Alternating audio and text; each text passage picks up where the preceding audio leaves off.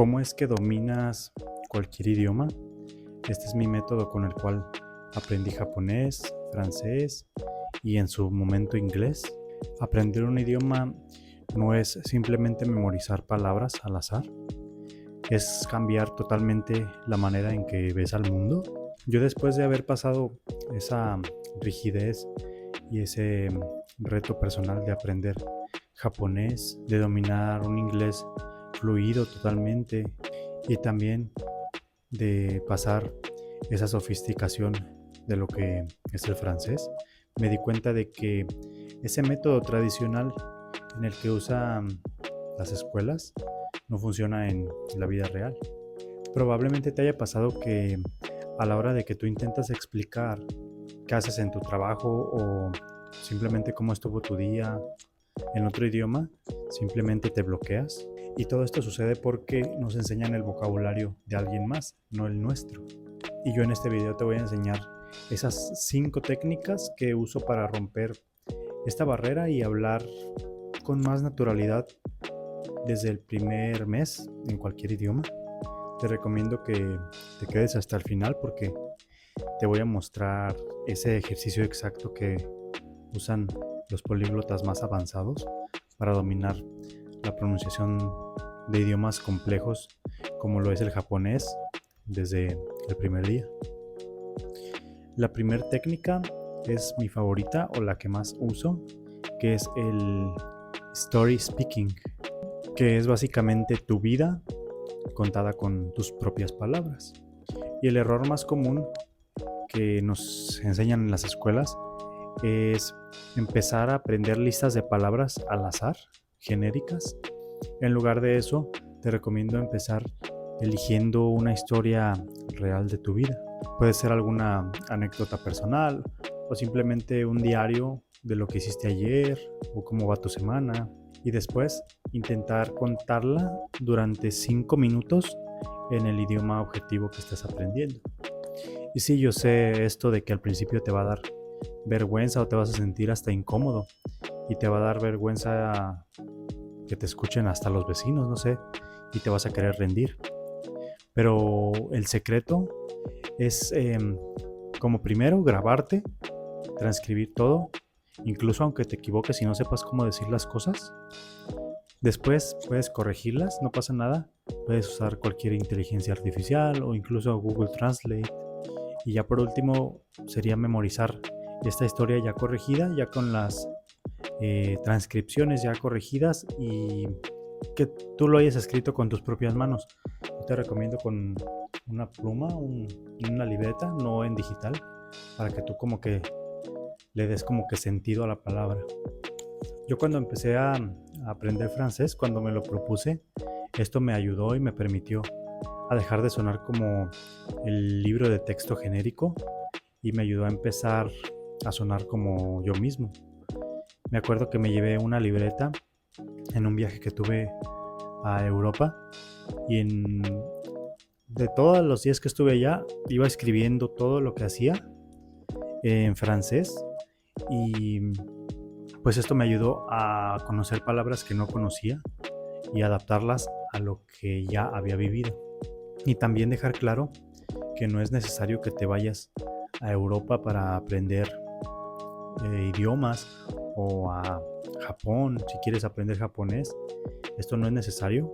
Todo esto se puede lograr desde casa con una llamada burbuja de inmersión. Esto es lo que te encierra, como que te obliga a aprender el idioma con trucos muy fáciles como cambiar la configuración de tu teléfono, de tu computadora, incluso del Netflix, el menú que miras en Netflix, de la televisión. También lo que a mí me ayuda mucho es seguir en las redes sociales a nativos de francés, de japonés, incluso de inglés, pero no simplemente gente que quiera enseñar el idioma, sino gente cotidiana que hable de cosas cotidianas.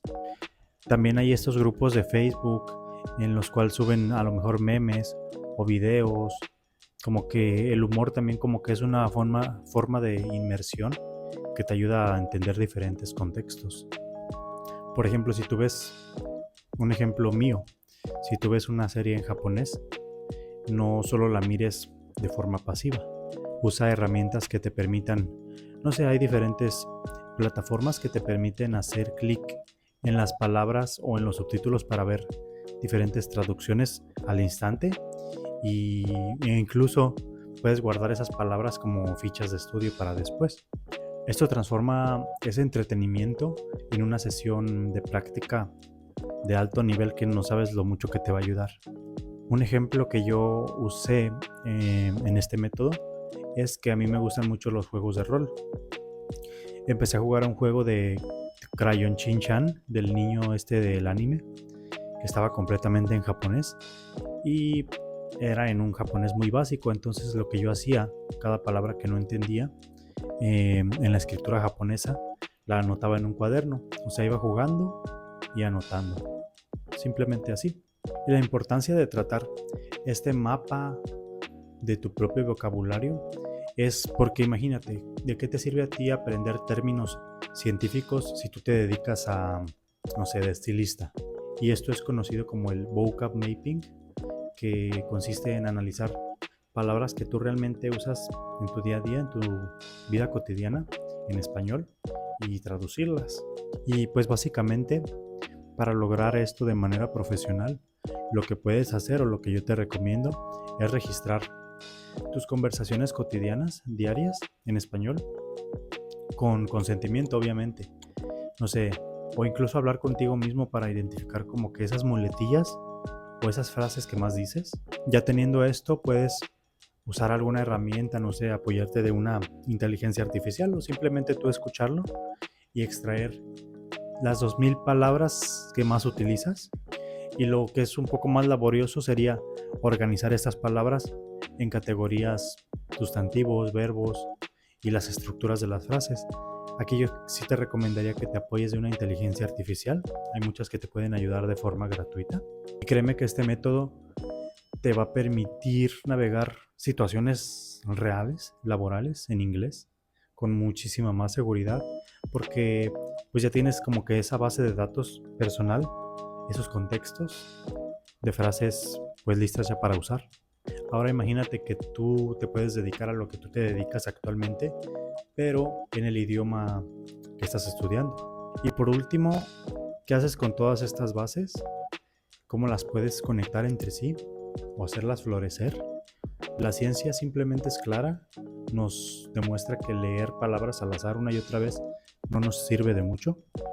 La técnica que le gana es simplemente el recuerdo activo, o por su inglés Active Recall, ya que cada vez que tú obligas a tu cerebro a recuperar información, estás reforzando esas neuronas o esas vías neuronales que facilitan pues tu habla, que seas más fluido en el futuro.